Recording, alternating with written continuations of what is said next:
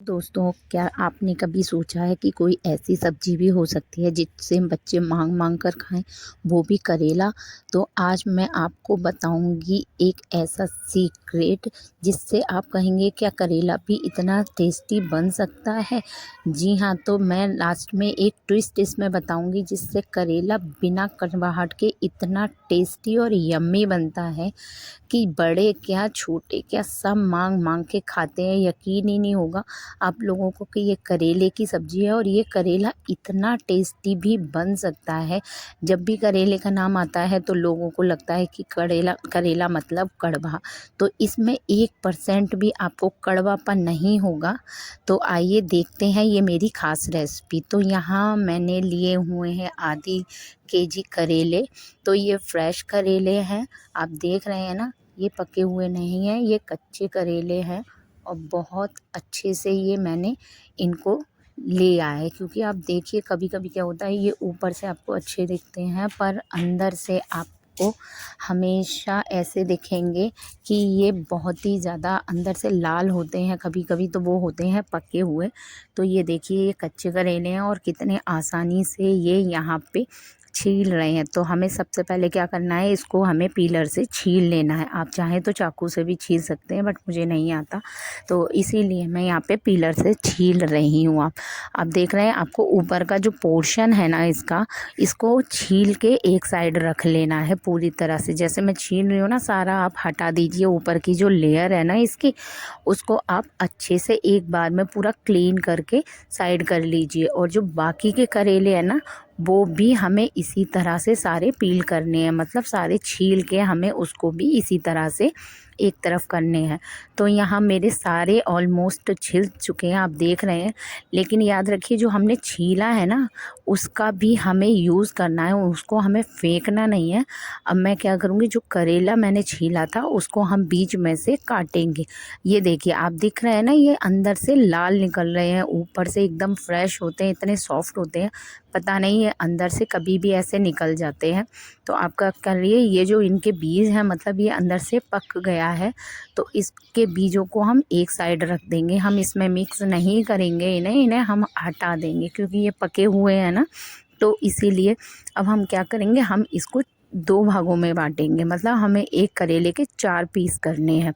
उनको हमें जो है छोटा छोटा स्क्वायर शेप में काटने, जैसे मैं काट रही हूँ ना, इसी तरह से आपको छोटे छोटे पीस में इनको काटना है। ज़्यादा महीन भी नहीं करना, ज़्यादा मोटा भी नहीं करना है, हमें थोड़ा सा कट करके क्यूब्स में हमें इन्हें काट लेना है। तो जितने आप बना रहे हैं क्वांटिटी अपने हिसाब से रखिए, लेकिन यकीन मानिए आपने आज तक इस तरह से करेले कभी नहीं बनाए होंगे, और अगर बनाए भी होंगे तो आपको ज़रूर उसमें कड़वापन लगा होगा। लेकिन अगर आप मेरे तरह से बनाएंगे ना, तो कभी भी मतलब कड़वा ही नहीं हो सकता, और इतना ज़बरदस्त इसका टेस्ट आता है कि बच्चों को पता ही नहीं चलता कि ये करेला है। क्योंकि जब हमें कड़वा नहीं लगता है, और स्वाद में जब कोई भी सब्ज़ी इतनी टेस्टी होती है तो अलग ही स्वाद आता है। उसके बाद मैंने क्या किया, वो सारा काट के रख दिया है। उसके बाद हमने यहाँ लिए तीन प्याज, ठीक है ना, ये मीडियम से थोड़े से बड़े हैं, मतलब तो मैंने यहाँ 3 लिए। अगर आपके पास छोटे छोटे हैं तो आप 5 ले लीजिए। और आधी किलो करेले में, क्योंकि हम करेला प्याज बना रहे हैं तो इसमें प्याज का ही ज़्यादा रोल होता है, तो आप आधी किलो में 400 ग्राम के करीब प्याज ले सकते हैं। तो प्याज को मैंने अच्छे से छील लिया है।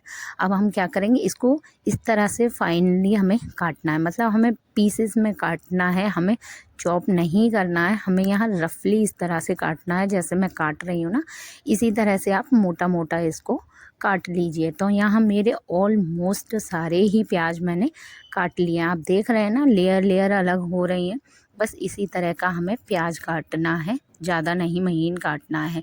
इधर हमने जो करेले लिए थे ना, देखिए एक साइड मेरा करेला है और एक साइड करेले का जो ऊपर की लेयर थी ना वो है। और इनके अंदर जो सीड्स है वो हमने फेंक दिए। अब आता है वो ख़ास ट्रिक जिसको मैं बता रही थी कि इसकी वजह से आपका करेला कभी भी कड़वा नहीं होगा। तो हमने क्या किया, एक कढ़ाई लिया, उसमें हमने पानी गर्म होने रख दिया है। तो यहाँ मेरा पानी गर्म हो चुका था, उसमें हमने 1 चम्मच डाला है नमक और 1 चम्मच हल्दी।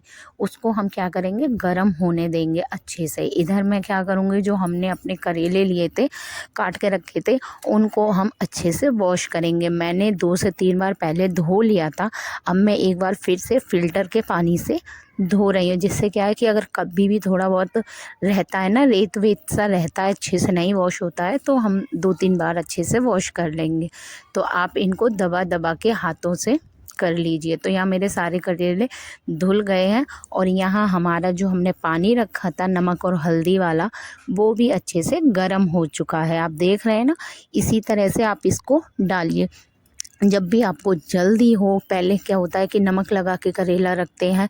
अगर आपके पास बिल्कुल भी टाइम ना हो, इंस्टेंट आपको बनाना है और लगे कि करेला कड़वा है, हम कैसे बनाएं, तो ये ख़ास ट्रिक है।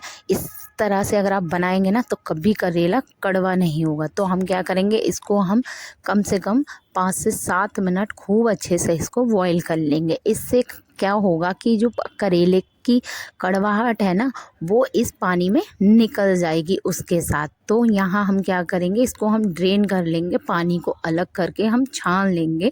आप देख रहे हैं ना, मेरे यहाँ बॉईल हो चुके हैं। अब मैं छलनी में इनको अलग कर रही हूँ, पानी हटा रही हूँ। लेकिन अभी मेरा बहुत गर्म है, तो ये ऑलमोस्ट मैंने निकाल लिया। आप क्या करें, एक बार इसे ना ठंडे पानी में डालें। जैसे ही गर्म है, जैसे ही उसकी भाप निकल जाए, उसके बाद एक बार हम इनको ठंडे पानी में डाल देंगे, जिससे ये आराम से आपके जो है ना ज़्यादा गलेंगे और ना ज़्यादा मैश होंगे। इस वजह से हम गर्म में जल्दी से निकाल के ठंडे पानी में एक बार डाल के हम इन्हें निकाल लेंगे।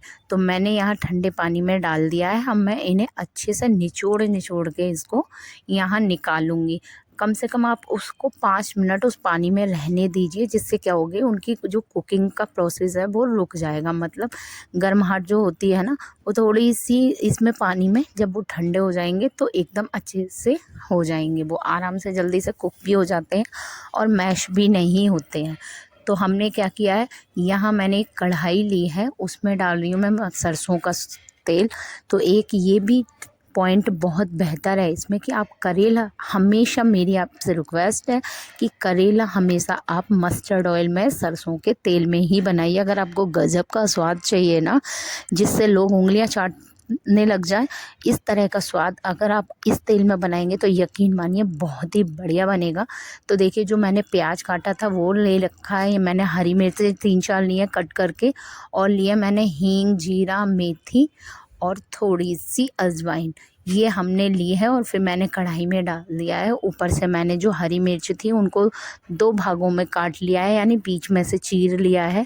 अब मैं वो उसमें ऐड कर दूंगी। तो जब हमारे ये मसाला खड़ा भुन जाएगा और मिर्च थोड़ी सी हमारी भुन जाए, उसके बाद हम यहाँ पे जो है प्याज को ऐड करेंगे। तो हमें प्याज ऐड करके कम से कम इसको 10 मिनट अच्छे से सौटे करना है। ज़्यादा मीडियम ही रखना, फ्लेम को फुल मत करना, क्योंकि प्याज है बहुत जल्दी जल जाता है और फिर अंदर से कच्चापन रह जाता है। और अगर प्याज का कच्चापन रहता है तो सब्ज़ी बिल्कुल भी टेस्टी नहीं लगती है, क्योंकि बीच बीच में वो एक स्मेल सी आती है हमारे मुंह में। जब हम अगर कच्चा प्याज खाते हैं, आप देखते हैं ना, कभी कभी स्मेल आती है। तो इसीलिए हमें प्याज जो है अच्छे से गोल्डन ब्राउन पूरी तरह से हमें यहाँ पे कर लेना है। जब अच्छे से ये हो जाएगा ना, उसके बाद हम यहाँ पे करेला ऐड कर देंगे।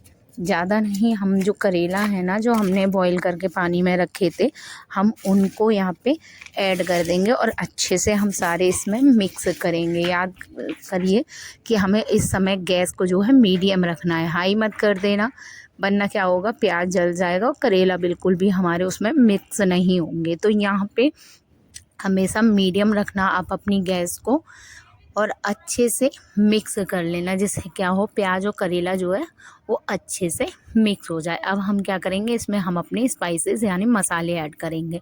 तो यहाँ 1 चम्मच मैं हल्दी डाल रही हूँ और 1 चम्मच ही डालूँगी मैं नमक आप अपने स्वाद अनुसार भी डाल सकते हैं, और जितनी आपकी क्वांटिटी में उस हिसाब से। उसके बाद यहाँ मैं डालूँगी 1 चम्मच भर के सौंफ, 1 चम्मच भर के कुटा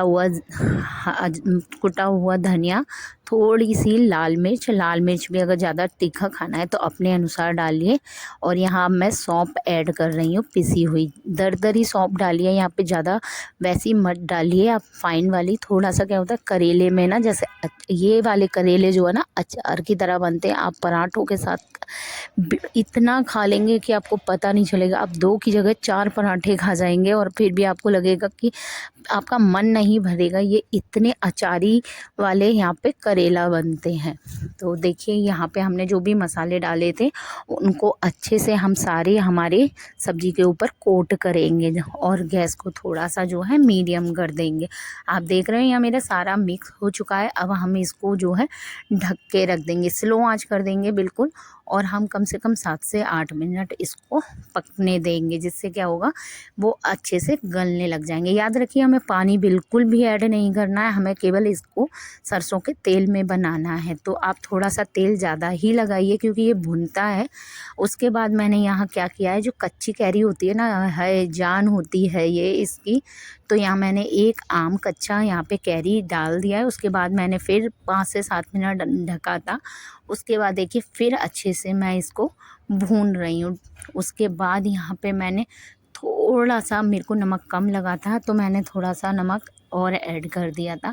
देखिए कितने बढ़िया हमारे यहाँ पे लग रहे हैं करेला। आपको यकीन नहीं होगा कि ये करेला है, क्योंकि ये अचारी करेला है। जो अचार में हम सारी चीज़ें डालते हैं ना, जैसे कि जीरा, काली मिर्च और तुम्हारे हींग, सारा कुछ जो हम डालते हैं ना वो इसमें सारा हमने ऐड किया हुआ है।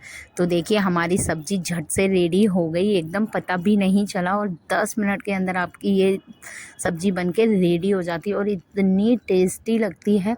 अचार भी इसके आगे फेल है एकदम। ऐसा अचार का इतना बढ़िया इसमें फ्लेवर आता है, क्योंकि हमने जो स्पाइसेस है वो अचार वाले भी इसमें कुछ ऐड कर दिए हैं।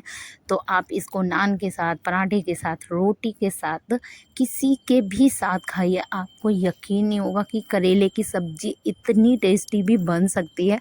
आपने आज से पहले कभी ये सब्ज़ी इस तरह से नहीं खाई होगी। तो आप अरहर की दाल चावल के साथ आप एक बार इसे ट्राई करिए, यकीन मानिए आपका दिल खुश हो जाएगा। और मेरी वीडियो अच्छी लगी तो प्लीज़